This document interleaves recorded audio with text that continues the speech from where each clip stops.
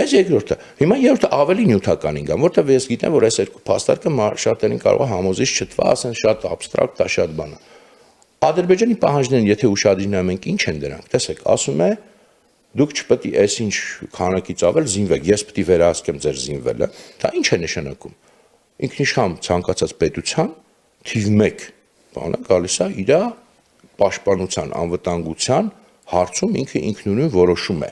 Ինչ է անում, ում հետ է դաշնակցում, ոնց է անում, ինչ զենքերից է, ինքնիշխանության թիվ 1 ցուցիչներից է։ Ինքը ասում է դու դրանից պետք է զրկվես։ Ես եմ ասելու ինչքանի դու զինվես, այսինչ պատճառով։ Հետո մյուսը ասում է սահմանադրությունը պետք է փոխես, էլի հիմնավորում է բերում, բայց երկրորդ ինքնիշխանության երկրորդ քարը քո սահմանադրությունը։ Հիմա մերոնք ասում են, չէ, մենք չենք փոխի իրենց պահանջով, իրականում կփոխեն ոչ իրենց, իբր ոչ իրենց պահանջով։ Երրորդը ինքը ասում է արտաքին քաղաքականության մեջ։ Ինքը ասում է դու այդ արևմուտք բան բաց տեքստով